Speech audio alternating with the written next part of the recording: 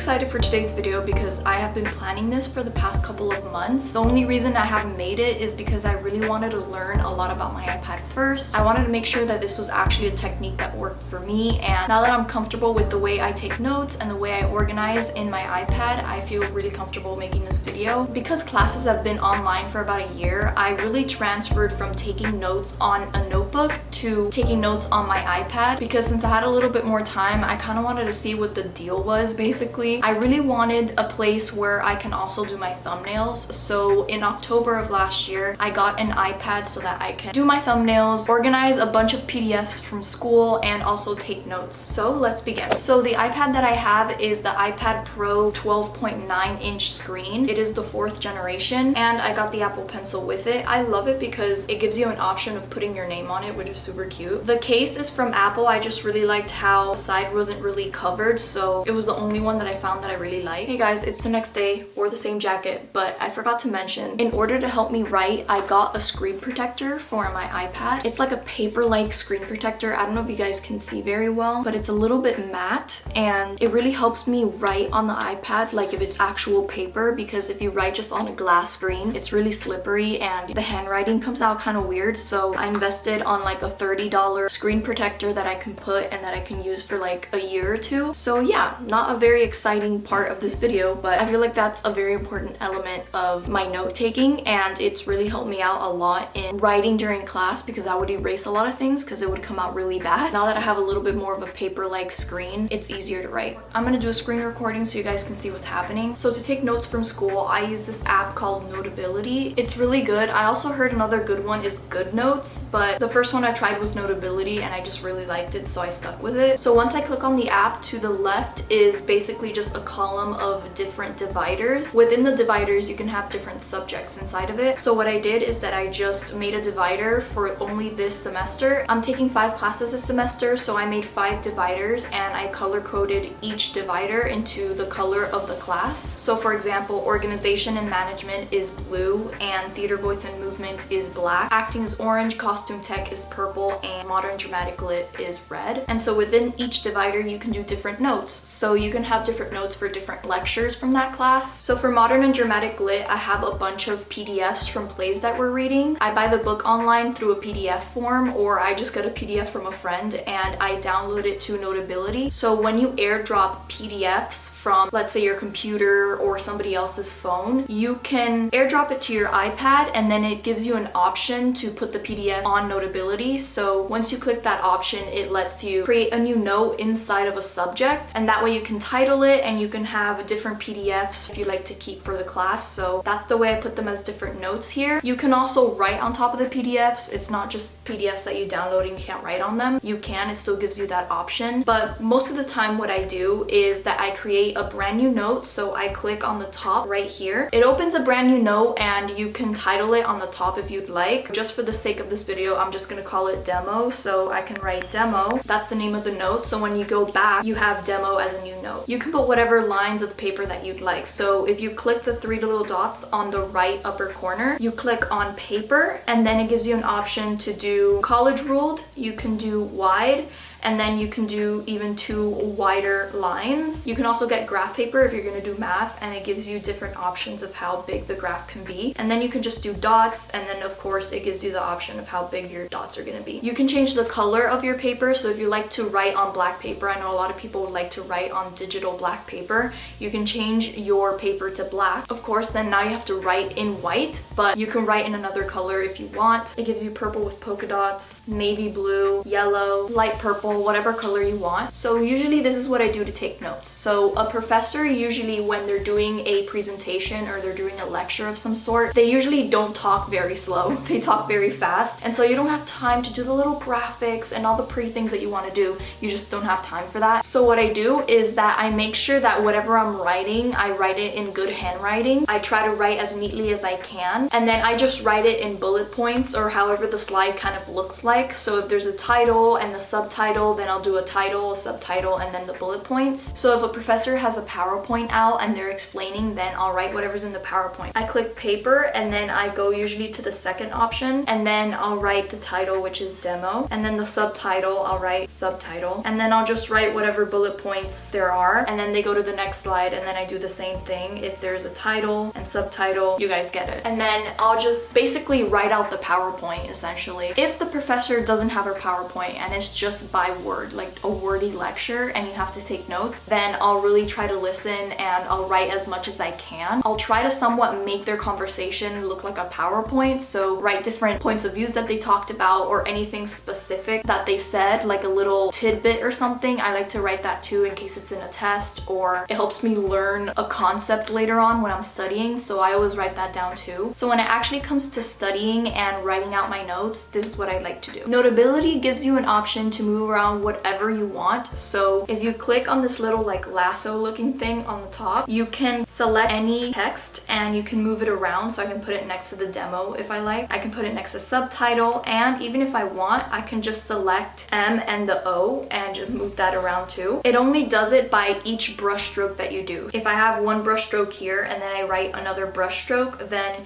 you can move them together and you can move them separately, but you can't move half of a brush stroke. I don't know if you get what I mean. Obviously T is for text, so you click on it and you can click on wherever in the screen and just start typing if you want to type it out. The little pencil is for drawing, and then there's a highlighter right next to it, so it just highlights over stuff. You can change it to whatever color you like, or you can create your own colors. As you can see, I have a little neutral palette that I made here. You just click on plus and you can put whatever color you'd like. There's also an option where you can create a color board with the color number. If you go to Google and you search up just like color palette numbers, usually each color in a color palette or color scheme has a specific number. So you can write out the number here and it can give you the exact color you're looking for, and then you can save that color as part of your color palette. And so that's what I did with all these 5 different colors. Usually I just use those colors if I'm writing a general document. I always use those colors, but if it's color coordinated for a specific class, then I'll only use the color for that specific class. So once I've written out everything from the professor, I go ahead and I select with the little lasso the title, and then I click on the thing that I selected. I click style, and then I can change it to whatever color I want. So let's say this is modern dramatic lit. For that class I have the color red, so I'll only use like a dark red and like a lighter red to accentuate different parts of the notes. So I'll use this really dark red for the title, for example, and then for the subtitle I'll use a lighter red. If there's anything specific that I want to write out, then I'll just do a little star as like a reminder to say this is not part of the PowerPoint, but it's just something extra that they mentioned. Then I'll do a little star and write it out just so I know the difference between that. But other than that, most of the time it's usually just a paragraph or bullet points. And if you click on the pencil, you can change what type of pencil you're using. So it only gives you 4 options. It's not like Procreate. So what it gives you is different sizes of the pencil. You can make it really tiny and thin, or you can make it really thick. So this one, which is usually the one that I use, it's more like pencil writing. So they also give you more like a calligraphy pen sort of vibe, so you can do more calligraphy stuff with this. And then it gives you the option of having dashed lines, so you can draw a dashed line and then a polka dotted line. For highlighting, it gives you all the same options. You can do highlighting in dash, highlighting in polka dotted, and then calligraphy and normal. So that is pretty much it for the pen and the highlighter. Obviously erasing is erasing, but if you did one thing in one stroke, it erases everything. So this huge clump right here that you see is actually one huge stroke. So if you erase it, it erases the whole thing. So if you want to erase partially, you can do that.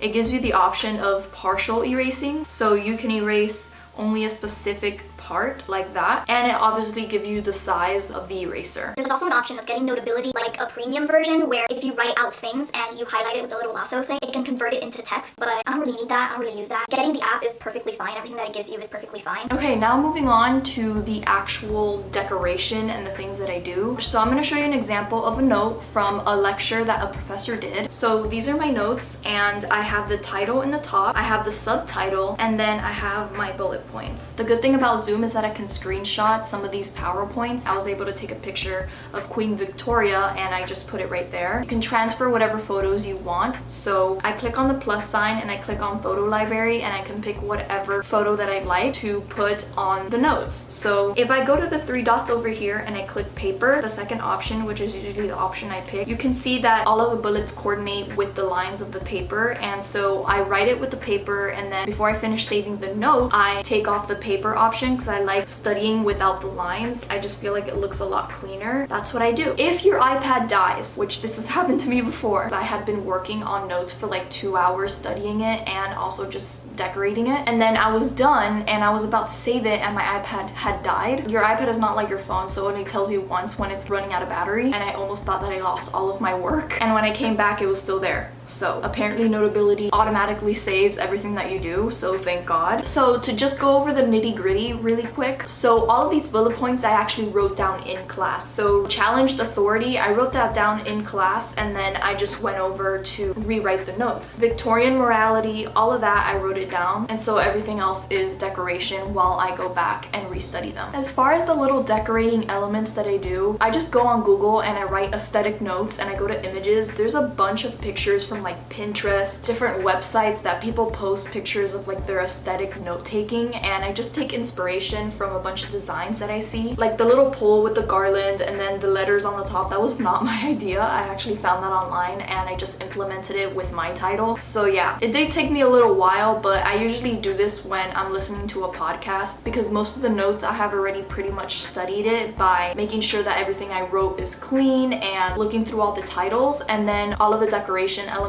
I just put on a podcast and I just decorate it. So yeah, I draw little banners and little stars.